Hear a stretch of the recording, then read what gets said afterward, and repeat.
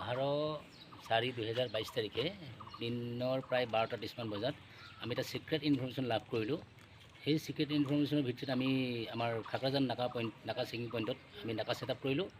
মোৰ লগত আছিলে আমাৰ SI কুলেন্দ্ৰনাথ আৰু আমাৰ ষ্টাফ আছিলে, লগত আছিলে এই CRPF G company Ravi Gill আৰু তেওঁ ষ্টাফ আছিলে। আমি নাকা চেকিং কৰি থকা অৱস্থাত এই খটখটি ফালৰ পৰা চিলনীজান অভিমুখে আহি থকা এখন বিটুমিন টেংকাৰ খালী, নাম্বাৰ হৈছে GJ1280696129। উক্ত গাড়ীখনত আমি তালাচী চলাওঁ। তালাচী চলোৱাত আমি ড্ৰাইভাৰ হেণ্ডিমেন কেবিনৰ পৰা প্ৰায় 42 পেকেট আমি কানি আপিং মানে উদ্ধাৰ কৰিবলৈ সক্ষম হওঁ। স্যাৰ, কানিখিনি এনে বজাৰ মূল্য কিমানমান হ'ব? বজাৰ মূল্য প্ৰায় 50 লাখ মান হ'ব। 50 লাখ, হয়। প্ৰায় 42 পেকেট পোৱা যায় আৰু তাৰ এজন ড্ৰাইভাৰ আৰু এজন গাড়ী মালিক আমি কৰায়ত্ব কৰিবলৈ সক্ষম হওঁ। নামটো ক'ব নেকি স্যাৰ?